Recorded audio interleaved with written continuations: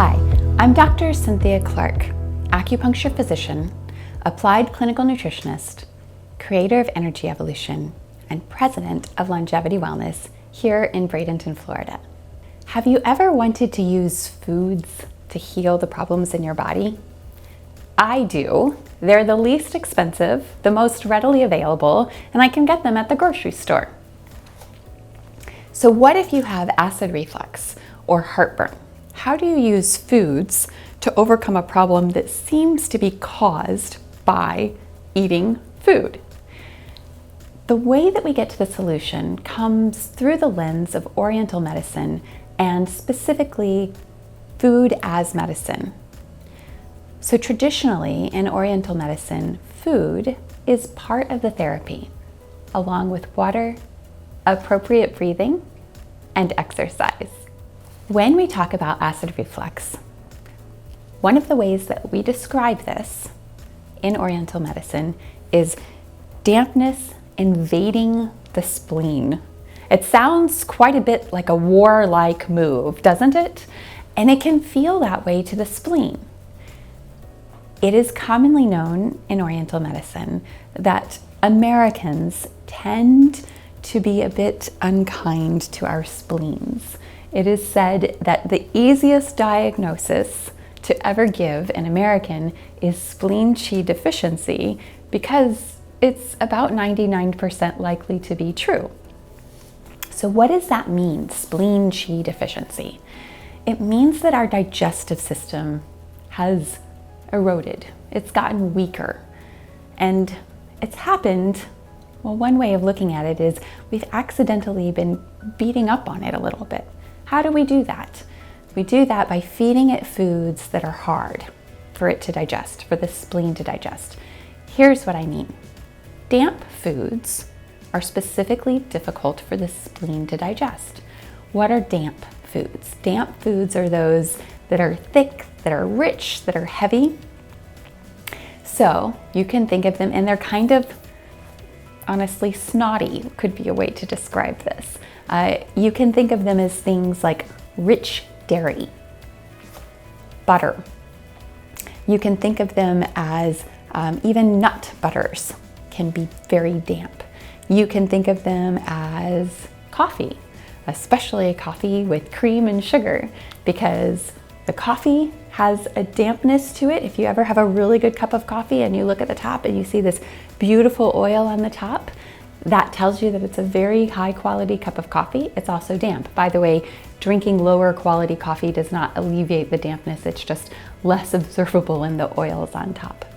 And then of course the cream, whether it is whole milk cream or half and half or coffee mate, those are the dampest of all of the different substances that you can put in your coffee. So what do we do? I want to walk you through this. First, let's talk about symptoms of that dampness invading the spleen. The person who experiences that might feel heaviness in their body and their legs. They might have edema, so that water-like swelling, particularly in the ankles. They might have joint pain. They might have sticky stools or be bloated. They might get tired easily or nauseous or yeast infections. They might even be a person that tends to avoid eating. So maybe they're limiting the number of meals that they have in a given day. So this might be a person that's drawn to intermittent fasting. There's nothing wrong with intermittent fasting, and it can be a great adjunct modality to the spleen that is deficient, but better to also heal the spleen. What are the emotions associated with dampness invading the spleen? Wow, there's emotions involved with this, and they are overthinking, overanalyzing, ruminating, and worry. So if you are noticing yourself experiencing those a bit more than you usually do, then you might take a look at what foods might help you. So foods to avoid are cold and raw foods. Now, why would that be if the damp foods are what's causing the problem in the first place? The reason for that is cold, raw foods are more difficult to digest. they take more energy from the body. Here's what I mean. The environment of the belly is about 100 degrees Fahrenheit, and it's a soupy, gooey mess. And that means that the foods that are the easiest for you to digest are about 100 degrees Fahrenheit, and they're a soupy, gooey mess. So the foods that are soups are going to be the easiest to digest. Raw, cold foods are most digestible by people who have very strong digestive systems. Sweet and very rich foods are also foods that are going to be difficult to digest. Milk, and then eating late at night or overeating are also going to contribute to that dampness affecting the spleen, the acid reflux, and the heartburn. And I'm certain that if you are a person that experienced heartburn, then you already know that eating late at night is one of the main contributing factors to causing problems. Now, what do we do? Here are some foods that you can eat to assist with this process.